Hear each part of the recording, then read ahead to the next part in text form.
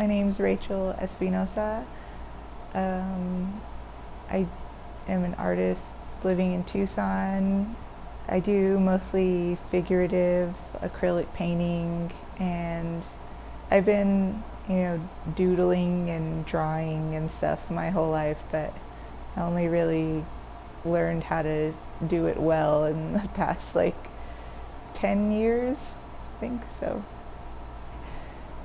With this project, there wasn't really, it was kind of like your experience being, here and being so close, and just kind of like a real enmeshing of both sides of the border. And I mean, like you said, like take this project and run with it. Like it's literally like my piece is like the two vessels like running, and freely.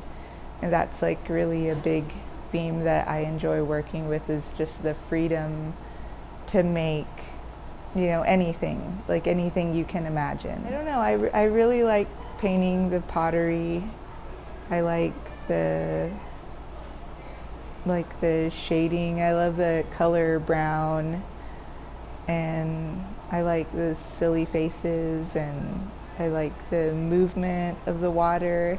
It was just all around really fun. Like I would get really stressed about making sure everything was like perfect, and it had to be, exact, and I'd use like the tiny 000 brushes on everything, which I still do because it's just like cool. But yeah, every time I finish a piece, I'm like, oh, I finally learned how to paint. And then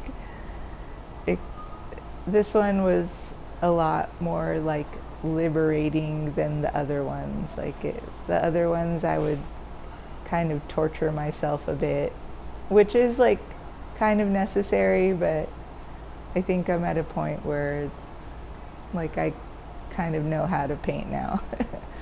Maybe until the next one, then maybe I'll feel like the same thing then.